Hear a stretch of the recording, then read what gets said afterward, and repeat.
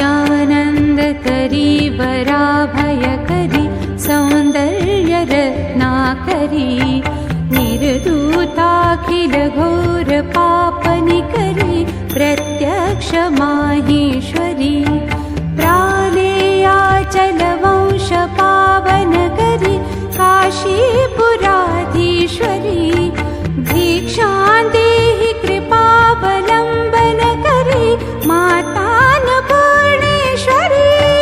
नानारत्न विचित्रभूषणकरी हेमाम्बराडम्बरी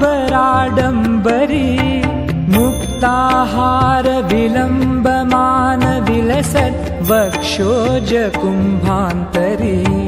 काश्मीरागरुवासितारुचिकरी काशीपुराधीश्वरी